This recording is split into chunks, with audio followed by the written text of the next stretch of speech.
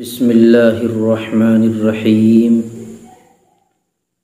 میرے عزیز بھائیو بزرگوں، ایک بڑی مہلک اور شرمندہ کرنے والی،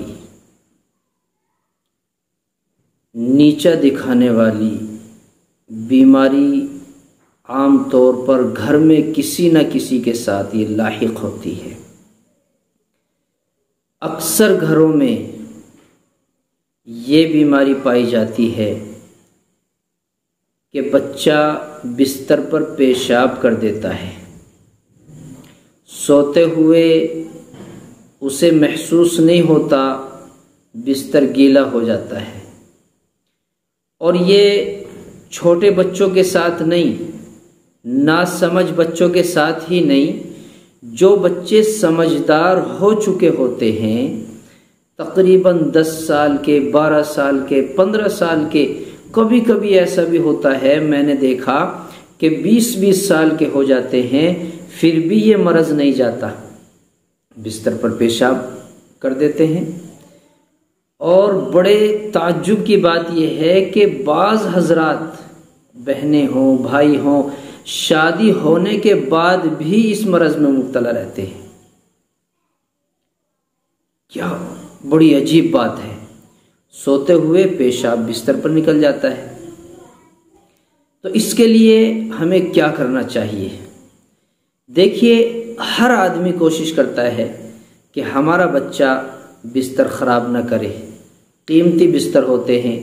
دوسری چیز شرمندگی کی بات ہوتی ہے، کہیں مہمانداری میں جاتے ہیں، رشتہ داری میں جاتے ہیں، یار دوستوں کے یہاں، اور بچہ سویا، صبح پتہ چلا کہ وہ رشتہ دار بھی ناراض ہیں کہ ہم نے تو نیا بستر اس کے لیے کیا تھا، بچھایا تھا، دیکھو بستر خراب کر دیا۔ تو ماں باپ کے لیے بھی بڑی شرمندگی کی بات ہوتی ہے۔ اس کے لیے اگر بچہ چھوٹا ہے، ناسمجھ ہے، وہ پڑھ نہیں سکتا، جانتا نہیں ہے، تو اس کے لیے ماں باپ یہ آیت کریمہ پڑھیں، یہ عمل کریں۔ اور اگر بچہ بڑا ہے، پڑھا لکھا ہے، جانتا ہے، تو وہ خود کرے۔ عمل بڑا آسان ہے، روزانہ شام کے وقت 7 مرتبہ یہ آیت لکھ کر پانی میں گھول دیں۔ یا ارض ابلعی ماءکی ویا سماء اقلعی وغیض الماء وقضی الامر، بس یہاں تک۔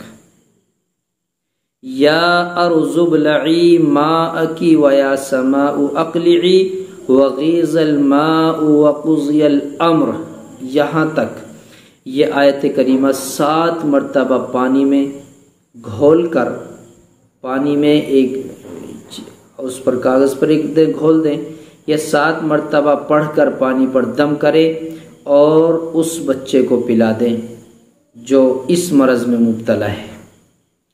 روزانہ مسلسل 21 دن تک یہ عمل کرنا ہے، انشاءاللہ یہ مرض جاتا رہے گا اور بستر پر پیشاب کرنے کی جو شکایت ہے وہ ختم ہو جائے گی۔ یہ قرآنی آیت ہے اور قرآن یقین کے ساتھ ہوتا ہے، ہم اس کو یقین کے ساتھ کریں گے، انشاءاللہ اس کا نفع ہوگا۔